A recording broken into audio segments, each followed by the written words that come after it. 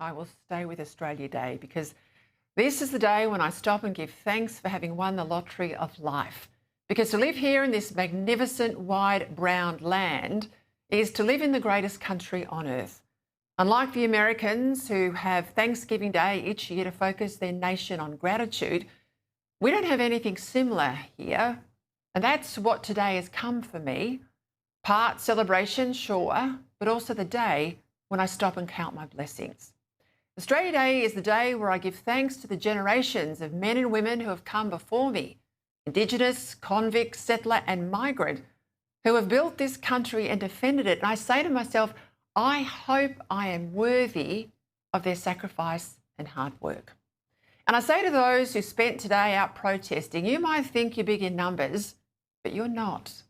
76% of Australians think like me, and that number's only growing. And if you're part of the activist rent-a-crowd, if you want to spend the 26th of January angry and screaming about Invasion Day and shame, then I suggest you look around the world and you get some perspective. Nowhere on earth is more free or more fair than Australia. Nowhere on earth is more prosperous.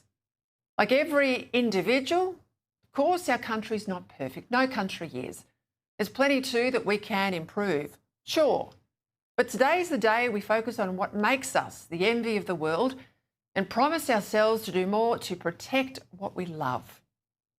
Today's the day to resolve to make Australia better, because especially in the wake of the Bondi massacre, no one could really say that as a nation we're currently our best self. The Prime Minister today spoke about the need to leave behind the burden of old prejudices and hatreds. A democracy where every citizen is equal. A country united and liberated by the Australian Covenant. A commitment that every citizen makes to our nation, and a promise our people make to each other, to leave behind the burden of old prejudices and hatreds. And yet from his mates on the hard left, there's not too much evidence of that in the various protests that took place in Sydney and Melbourne. And for all Anthony Albanese's talk about ending division, there were plenty of Palestinian flags and keffiyehs out in force today. For all his talk of unity, here is Albanese at today's Australian of the Year morning tea, standing before three flags. When the Prime Minister himself sends messages of division over the very symbol of our nation, our national flag, it doesn't build unity, does it? I think Australians are crying out for leadership that respects our country, our flag, and appreciates our history. I know Australians want our leaders to do better, to be better than we have seen in recent times. Politicians, I have to say, on all sides, not just Labor ones. We are a nation, as I said before, that's blessed. As my dad would say, that's been shot in the backside with a rainbow. And yet some of us want to resent our good luck and good fortune. Well, not me, and not the majority of Australians either. As the most recent poll from the Institute of Public Affairs shows, 76% of us love this day, and we do not want to change from the 26th of January. When the modern world, via Arthur Phillip and his first fleet of convicts, arrived here on this ancient land. And yes, that arrival brought massive change for the Aboriginal people living here. Some of it bad, I don't shy away from that, but not all of it bad. Some of it good, some of it fantastic, much of it fair, even before our current more enlightened times. But what happened over 230 years ago was a statement of fact, and none of us can rewrite history. With Britain's rule of law and its Judeo-Christian values that respected the dignity of all human beings, I've always been grateful it was the British who settled Australia, and not the Dutch or the Portuguese or any other colonial power. Because the truth is, this land would have been settled. It would never have remained as it was. And to have become a modern nation under the British as we did, to have formed our Commonwealth of Australia without a civil war, unlike the United States, among other nations, well, that's a reason again to be grateful. Not that Anthony Albanese stayed true to the words of our founding fathers today. When outlining the citizenship pledge to our newest Australians in Canberra, the Prime Minister offered them two different versions to swear. Here he is. There are two pledge options, Pledge 1 and Pledge 2.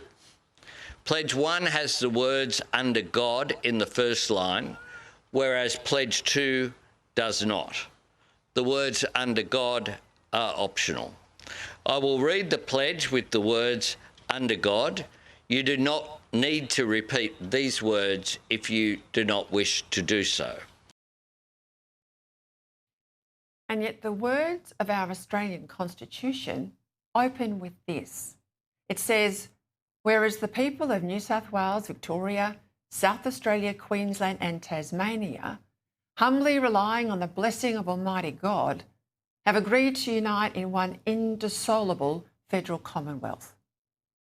Seriously, Albanese, if we want our young Australians to love this country, we need a Prime Minister that doesn't want to dump what's made us what we are. And maybe, just maybe though, young Australians have stopped listening to him and all the other lefties and elites who want to run our country down.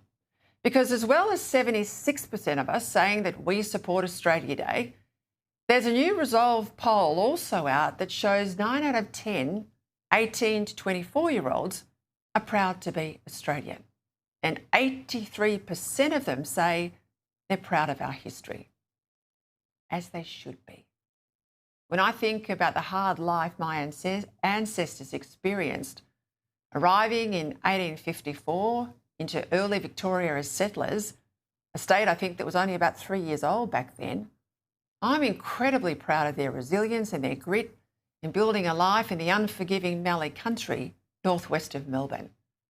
These incredible men and women, and many more just like them across the country, knew hardship and tragedy on an epic scale.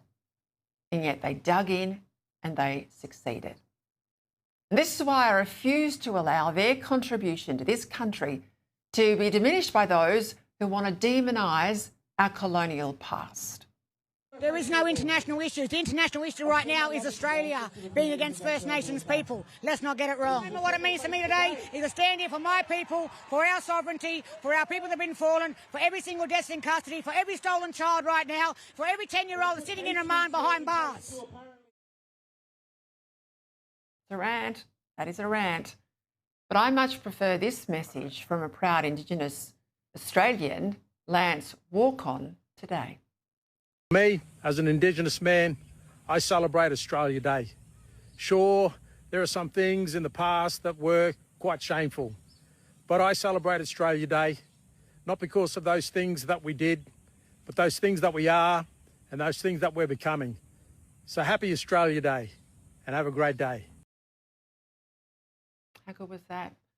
It's Australia Day. Let's drop the nonsense of flying 3 flags, not one, and pretending that the country belongs to some of us rather than equally to all of us. After all, to succeed, we all need to believe that we've got an equal stake in the future and come together as one people. And let me finish with this little ad. It's an ad from the days when corporate Australia celebrated our country. Good evening. Could I have your attention for the next 3 minutes? I'd like you to see and hear something which we feel is rather special.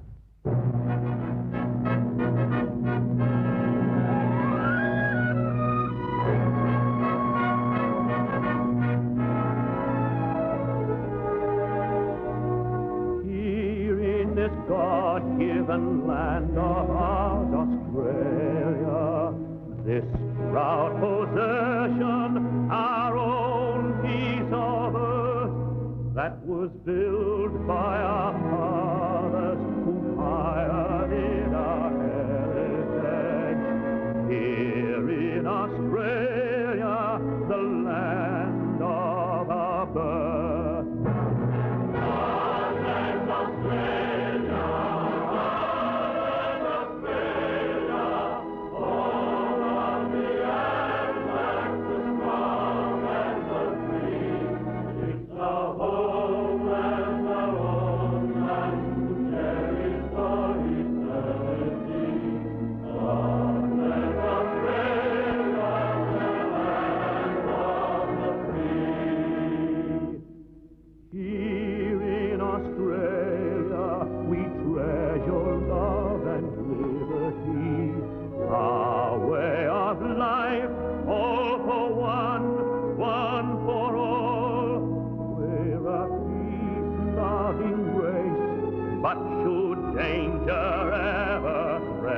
than us. Let the world know we will answer the call. God bless Australia, Australia, home of the ancestors strong and the free. It's our homeland to cherish for eternity. God bless Australia, the land of the free.